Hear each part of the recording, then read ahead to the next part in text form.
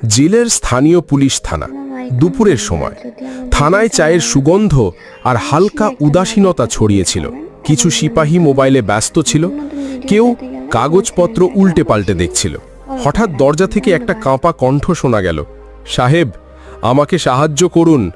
দরজায় দাঁড়িয়েছিল একজন ক্লান্ত বৃদ্ধ, বয়স প্রায় ৭০ থেকে ৭৫ বছরের মধ্যে।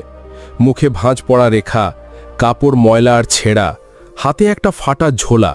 চোখে ক্লান্তির চেয়েও বেশি কিছু ছিল, একটা আশা, বা হয়তো শেষ আশা। তখন একজন সিপাহী বিরক্ত হয়ে বলল, এই বুড়ো, এনানে ভিক্ষা মেলে না, বেরিয়ে যাও। আমি ভিক্ষে চাইছি না বাবা, আমার জিনিস চুরি হয়ে গেছে, একটা অভিযোগ দায়ের করতে চাই। বৃদ্ধ ধীরে কিন্তু পরিষ্কার কণ্ঠে বলল। সিপাহী ঠান্ডা চোখে তাকালো, তারপর মুখ ফিরিয়ে নিল। চুরি? কি চুরি হলো? বাটি না চটি? দেখো বাবা, সময় নষ্ট করো না। বৃদ্ধ ধীর কণ্ঠে বলল, আমার কাছে বেশি কিছু ছিল না, শুধু একটা পুরনো মানি ব্যাগ, তাতে আমার স্ত্রীর ওষুধের টাকা আর আমার পুরনো পেনশনের কাগজ ছিল। থানায় কেউ হাসছিল, কেউ চোখ চুরিয়ে নিচ্ছিল। হঠাৎ ভেতরের কেবিন থেকে একটা কণ্ঠ ভেসে এলো, বাইরে কি হচ্ছে? কে এসেছে? এটা ছিল এসপি অভিজিৎ রায়ের কণ্ঠ। কঠোর কণ্ঠ, চোখে তীক্ষ্ণতা, মুখে শৃঙ্খলার কঠোরতা। তবে বলা হতো তার হৃদয় ছিল স্বচ্ছ। সিপাহী অনীহার সঙ্গে বলল, এরা বুড়ো এসেছে স্যার, চুরির কেস বলে ভিক্ষে চাইছে। ভেতর থেকে একটা ফাইল ছুঁড়ি ফেলার শব্দ হলো। চুরির ব্যাপার হলে শোনো, ভিক্ষে চাওয়া আর অভিযোগ করা দুটো আলাদা জিনিস, তাকে ভেতরে পাঠাও। বৃদ্ধ কাঁপতে কাঁপতে ভেতরে গেল।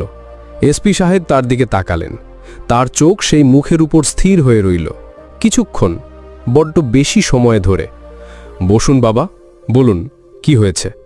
কণ্ঠে কঠোরতা ছিল না, এক অদ্ভুত নরম ভাব ছিল। বৃদ্ধ ঝোলা থেকে একটা পুরনো ছেঁড়া ডায়েরি বের করল। আমি বস্তি নাম্বার 11-এ থাকি, আমার স্ত্রীর শরীর খুব খারাপ। কাল বাজারে গিয়েছিলাম, একজন আমাকে ধাক্কা দিল। যখন সামলে উঠলাম তখন দেখি আমার মানি ব্যাগ নেই, তাতে আমার পেনশনের কাগজ আর ওষুধের কিছু টাকা ছিল। এসপি অভিজিতের চোখ সেই ডায়েরির উপর স্থির হয়ে গেল। সেখানে একটা পুরনো নাম লেখা ছিল, রামপ্রসাদ। এসপির শ্বাস এক মুহূর্তের জন্য থেমে গেল। তিনি ধীরে জিজ্ঞেস করলেন, আপনার নাম কি বললেন? বৃদ্ধ জবাব দিল, রামপ্রসাদ, রামপ্রসাদ দাস। এসপির আঙুল টেবিলের উপর ধীরে ধীরে নড়তে থাকল। বাবা, আপনার হাতের এই দাগ কিসের? তিনি ইশারা করলেন।